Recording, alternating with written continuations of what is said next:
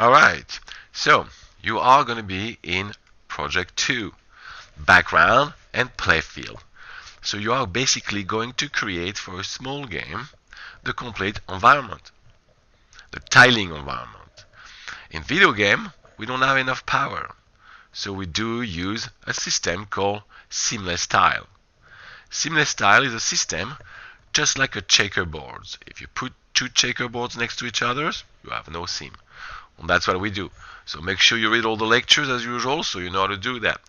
After that, you need to do your project right here. A single side scroller, as you know. Okay? If you do not have Windows system, you are in Apple, Macintosh, and you are going to use Photoshop and not the editor, the XN editor, because it works only in Windows. So you need to have 12 tiles, and you can go all the way to 15 tiles if you want to create 5 frames of 640 by 480. Alright, so your level should be 3200, that's 5, that's 640 by 5, alright, and 480 pixel in the height. Okay, you need to create background, playfield, foreground, and skies. 12 to 15 tiles, pretty much. I don't want you to use too much because the computer will not be able to handle it. We will customize those tiles in the next week in project 3 by doing a decal setup. So let's look how you do it in Photoshop if you need to. So I'm in Photoshop right here, and I got a couple of my tiles. So I got my sky right here, the power of 2, 128 by 256 in size pixels. It's part of my background, the lava. Alright, and we have right here my playfield. I've put all my playfield tiles right here on different layers on the same file, so I can just grab them and I can make sure like that they are the same size all the time. It's very important, alright, that they are similar in size.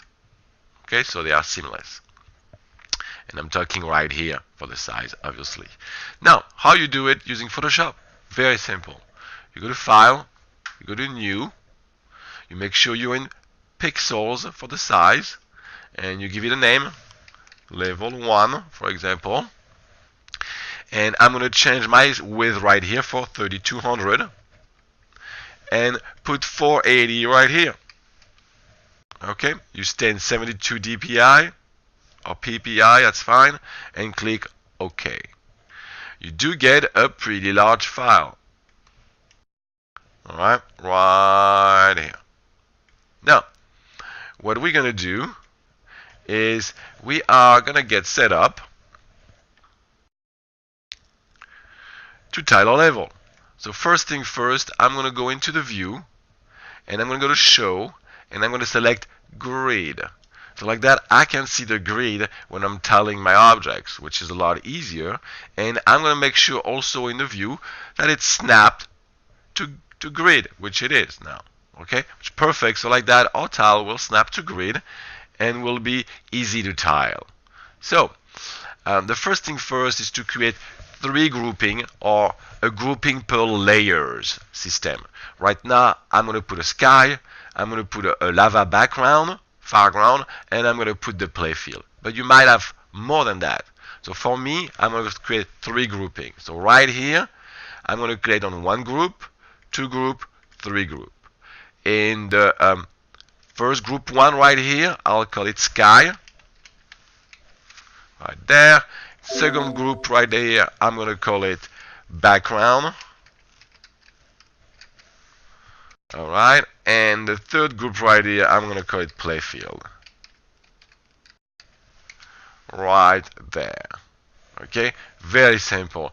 Now the only thing I do is drop the proper tile into the proper group and place it properly for the end, until the end of my level. So I grab the sky, for example, right here, and I'm going to throw it right here, and I'm going to grab it and make sure I put it in the group of the sky. Right here in the sky. Now I grab it and I'm going to adjust it, put it right on the top right here. Now I'm just going to right click and say duplicate layer right here. Okay, and then I'm going to move that layer next to each other. All right. Let me get rid of the grid so you can see better. Alright. And then I'll select both of them, for example, right click and say duplicate layer. That, move it right here in position. Alright, now I can even do 4 at once and duplicate layer. Right here. Alright, and I can do more of that to finalize my sky. I need one more of them. Because I've used the power of 2, it will fit perfectly right here. Right there. Okay. Now, I'm going to put the lava. I'm done with the sky. I'm going to go with the background right here. I'm going to grab it, throw it right there. Oops, right there, and throw it right here. I'm going to put it right here. Alright? And I'm going to tile it back into the background the same way I did for the sky. Okay?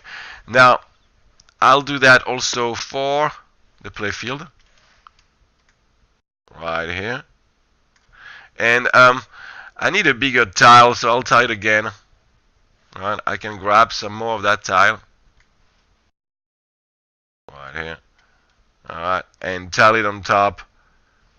And I do that a couple times. And I need to grab those needs to be into the background.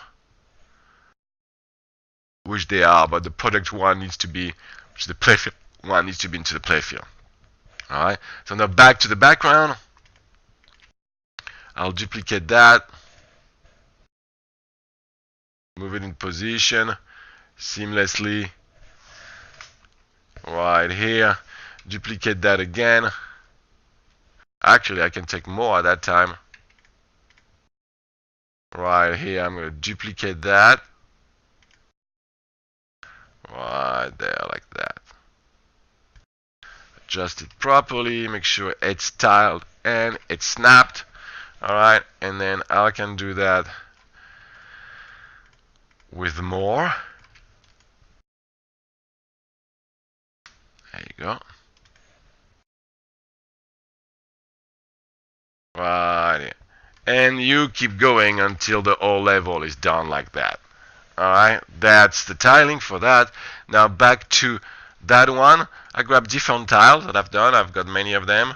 And I'm just going to snap them next to each other to get my label done. Up, I snap.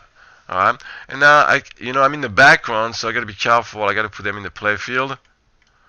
Right here. But I can grab those 3 right here, duplicate that. Alright, and move it in position, and you have another segment. Alright, and you go all the way to the end. That's how you create your level, you guys. That's how you're going to create a level.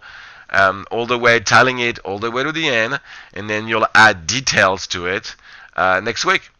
Okay, so don't forget, if you have any, and then you save it, sorry, I apologize. And you would go right here, and you would go, and for example, right here, you can add more of those lava also under it, obviously. And I'll grab it, you see, and I'll put it right there. You can duplicate that again to make sure there is a continuity in what you're looking at. Okay, so now for saving it, at the end you're going to save it as a PSD, and that's it for this time. So you're going to save as, and in your save as right here, you're going to select PSD. Alright, and it's right, hold on, right here, the first one. Okay, so that's it for if you are on a Mac. If you're not on the Mac, if you're in the Windows section, you upload the editor. Okay, so I hope this helped, and I will see you online.